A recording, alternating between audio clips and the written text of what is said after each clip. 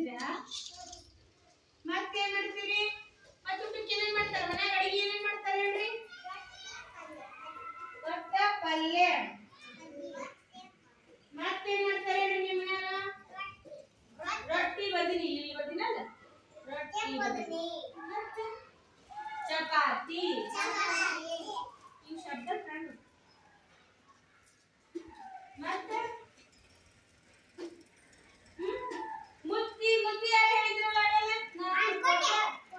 ಮುದ್ದಿ ಮಾಡ್ತಾರ ಮನ್ಯಾಗ. ಮತ್ತೇನು ಮುದ್ದೆ. ಅನ್ನದಾಗ ಸಾರು ಮಾಡ್ತಾರೆ ಈಗ ಮನ್ಯಾಗ. ಮತ್ತೆ ನುಗ್ಗಿಕಾಯಿ ಪಲ್ಯ ಮಾಡಿದ್ರಂತ. ಕೊಟ್ಟಾರ ಮಮ್ಮಿ ಏನ್ ಮಾಡಿದ್ರಂತ? ನುಗ್ಗಿಕಾಯಿ ಪಲ್ಯ ಮಾಡಿದ್ರು. ಇವೆಲ್ಲ